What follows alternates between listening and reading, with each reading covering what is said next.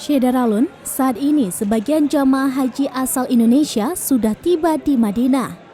Bahkan pada Rabu 15 Juni 2022, kloter pertama jamaah asal Aceh sudah mendarat di Bandara Internasional Amir Muhammad bin Abdul Aziz atau AMAA Madinah. Di kota suci umat Islam ini, jamaah rutin beribadah di Masjid Nabawi.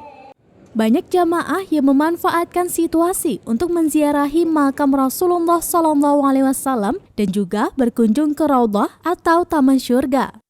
Terpantau di area Raudhah banyak ditemui jamaah haji asal Indonesia.